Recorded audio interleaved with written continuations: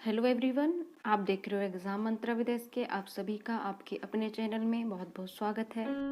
Friends, आज का topic तो थंबनेल से देखकर आप समझ ही गए होंगे। आज हम चर्चा करने वाले हैं मिशन प्रेरणा की ई पाठशाला के फेज़ 3।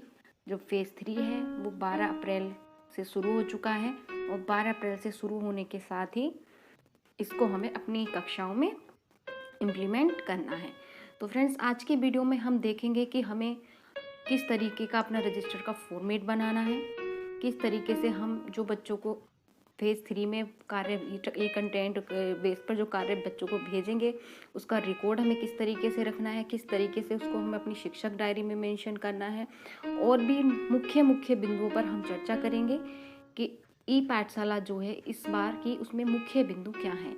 तो इन सभी विषयों पर आज के वीडियो में हम चर्चा करेंगे। पूरा संपूर्ण विश्लेषण हम इसके साथ करेंगे। कोई भी डाउट इसके बाद आई थिंक नहीं बचेगा। सभी पॉइंट्स को मैंने इसमें कवर करने की, सभी डाउट्स को उसमें कवर करने की कोशिश की है। अगर मेरा प्रयास अच्छा लगे तो वीडियो को लाइक शेयर ज़रूर कीजिएगा। तो चलिए दोस्तों, बढ़ते हैं आगे वीडियो की तरफ। मिशन प्रेरणा की ई पाठशाला फेज़ 3 का मुख्य बिंदुओं पर चर्चा करने के लिए। तो ये 12 अप्रैल 2021 से शुरू हो चुकी है। जैसा कि आप लोग जानते हो, जब हमारे देश में लॉकडाउन, स्कूलों पे लॉकडाउन लागू हुआ था, तब हमने फेज़ 1 स्टार्ट किया था और 21 सितंबर 2020 से फेज़ 2 चल रहा था। और अब 12 अप्रैल 2021 से फेज़ 3 ई पाठशाला का फेज़ 3 शुरू हो चुका है।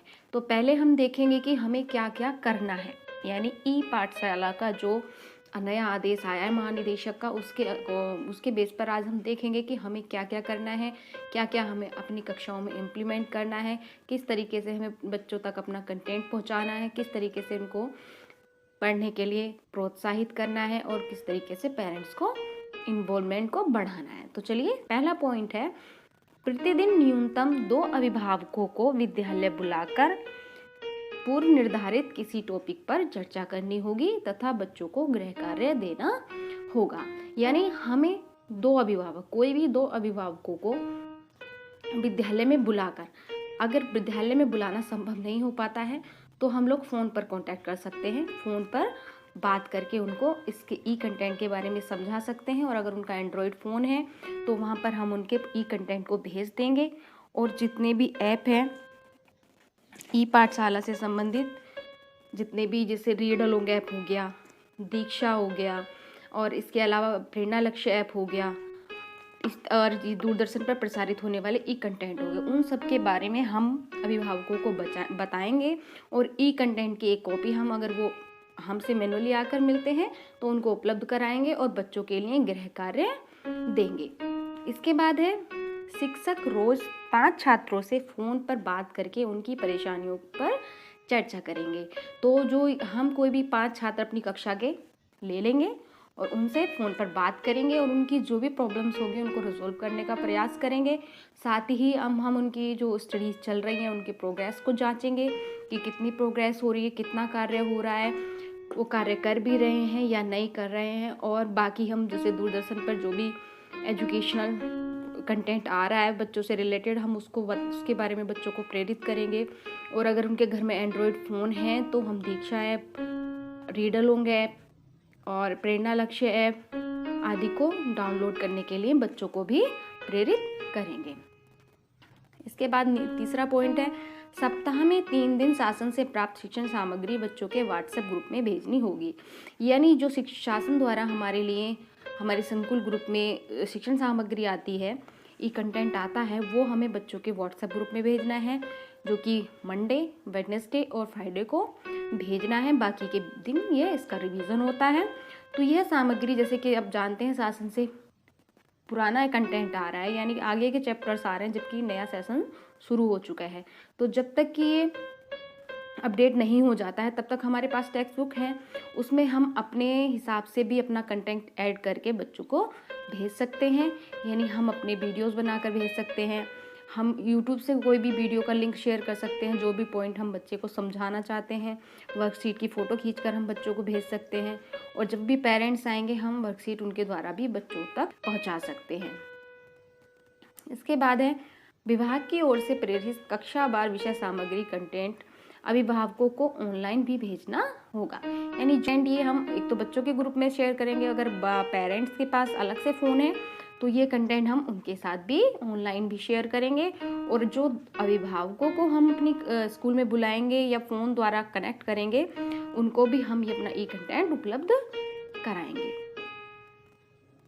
आगे है, आने वाले अभिभावकों से बच्चों का गृह कार्य लेकर आने को कहेंगे तथा उसको जांचेंगे। यानी जो भी 2 पेरेंट्स हम डेली बुलाएंगे उनसे बोलेंगे कि वो अपने बच्चों का, जो भी बच्चे कार्य कर चुके हैं उनका कार्य लेकर आएँ, हम उसको जांचेंगे और अपना फीडबैक देंगे, और जहाँ भी सुधार की ज़रूरत होगी हम पेरेंट्स को अवेयर करेंगे कि कहाँ पर उन्हें अपने बच्चे को ध्यान देना है। इसके बाद है, प्रतिदिन अभिभावकों और बच्चे से किस विषय पर वार्ता करनी है, उसकी कार्य योजना पूर्व में ही शिक्षक डायरी में तिथिवार अंकित होनी चाहिए। शिक्षक साथियों, यह है बहुत ही इम्पोर्टेंट बिंदु है।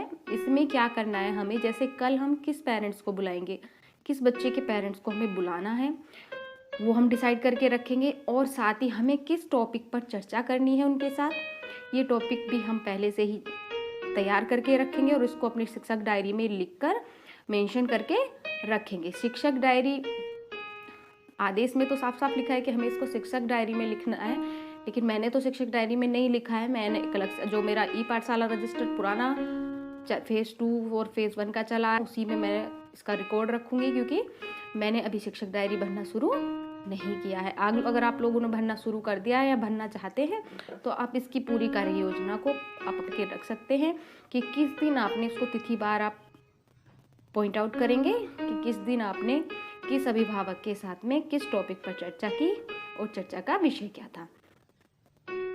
इसके बाद है, दूरदर्शन पर प्रसारित ई कंटेंट को देखने के लिए बच्चों को प्रेरित करेंगे। यानी जो बच्चों को जब भी हम बात करेंगे उनके पेरेंट्स से करेंगे या बच्चों से करेंगे तो उनको दूरदर्शन पर उपलब्ध ई कंटेंट को देखने के लिए प्रेरित करेंगे।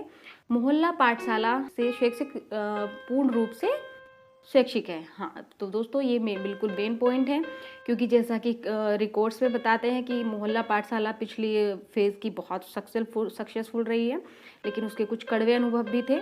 तो ये पूर्ण रूप से स्वैच्छिक है। अगर कोई अध्यापक इसको संचालित करना चाहता है तो कोरोना प्रोटोकॉल का प्रयोग करते हुए इसका संचालन करेंगे, लेकिन इसमें कोई भी आपका प्रेशर नहीं है कि आप इसको जा करके ऑर्गेनाइज करें।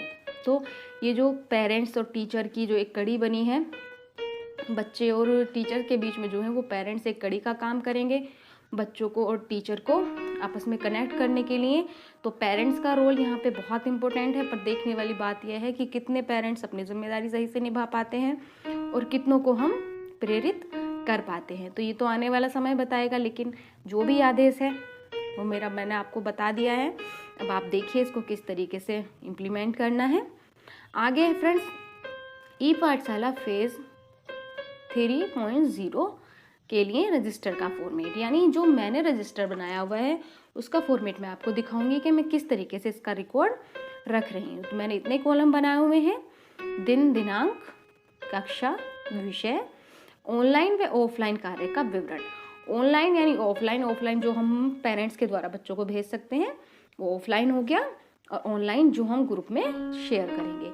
अभिभावकों के साथ चर्चा का विषय, यानी जो भी हम अभिभावकों से चर्चा करेंगे जिस भी टॉपिक पे, उसको भी मैंने इसी रजिस्टर में मेंशन कर लिया है और उसके पीछे हस्ताक्षर है, जबकि मैंने अपने रजिस्टर में हस्ताक्षर का कॉलम नहीं बनाया है, लेकिन आप चाहें तो इनके हस्ताक्षर भी करवा सकते हैं। तो जैसे कि आज मैंने कक्षा 6 का गणित का टॉपिक था मेरा, तो मैंने कक्षा 6 में गणित में आज ज्यामितीय अवधारणाएं थी, तो बच्चों के ग्रुप में इस टॉपिक से रिलेटेड वीडियो लिंक शेयर कर दिए, वर्कशीट शेयर कर दी, और बच्चों फ़ोन पर वार्ता कर वीडियो देखने व दूरदर्शन प्रोग्राम को देखने के लिए प्रेरित भी किया।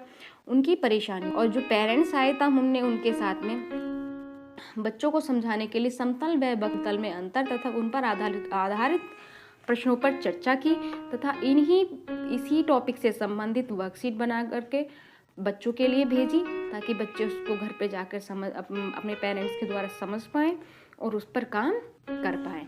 तो ये है रजिस्टर का फॉर्मेट, इसको आप अच्छे से देख लीजिए कि किस तरीके से हमें अपने पास हम रिकॉर्ड रख सकते हैं। इसको आप अपने शिक्षक डायरी में भी भर सकते हो। मैंने अभी शिक्षक डायरी में भरना शुरू नहीं किया है, तो अगर आप चाहें तो इसको आप अपनी शिक्षक डायरी में भी इस तरीके से मेंशन कर सकते हो। ये मेरे रजिस्टर का फॉर्मेट है। ये मैंने रजिस्टर बनाया हुआ है 29th वीक का ई पाठशाला 12 अप्रैल से 17 अप्रैल तक। इसकी कुछ झलकियाँ मैं आपको दिखाती हूँ। मैंने इसी तरीके से लिखा हुआ है सब में। कक्षा 8 का भी इसी तरीके से लिखा हुआ है। तो फ्रेंड्स, आई होप आप लोग प्रयास अच्छा लगा होगा। कोरोना काल का बहुत विकट घड़ी चल रही है, सभी लोग परेशान हैं, बच्चे भी परेशान हैं, टीचर भी परेशान हैं। तो इस सब में हम सबको मिलजुल कर पार निकलना होगा। तो इसी उम्मीद के साथ कि हम सफल हो जाएंगे, सब साथ मिलकर काम करेंगे, क्योंकि इस बार जो सरकार की ये योजना है काफ़ी अच्छी योजना है। इसमें बच्चे और टीचर को कनेक्ट करने के लिए पेरेंट्स को कड़ी बनाया है। फिर जो हमारे प्रधान अध्यापक हैं उनमें से जो है बीईओ द्वारा उनका निरीक्षण किया जाएगा, मतलब उनसे कनेक्ट किया जाएगा। पर डे 10 जो है प्रधान अध्यापक, उनसे बीईओ कनेक्ट करेंगे और फिर जो एसआरजी वगैरह है वो पूरे मंडल स्तर पर कनेक्ट करके इसकी समीक्षा करेंगे और इसका ई पाठशाला का जो फेज़ 3 है उसको इम्प्लीमेंट कराने में अपना सहयोग देंगे। तो फ्रेंड्स, मेरा प्रयास अच्छा लगा हो तो वीडियो को लाइक कर दें। चैनल पर पहली बार आए तो चैनल को सब्सक्राइब कर लें। कोरोना चल रहा है, घर में रहिए, सुरक्षित रहिए। मिलते हैं अगली वीडियो में, तब तक के लिए जय हिंद, वंदे मातरम।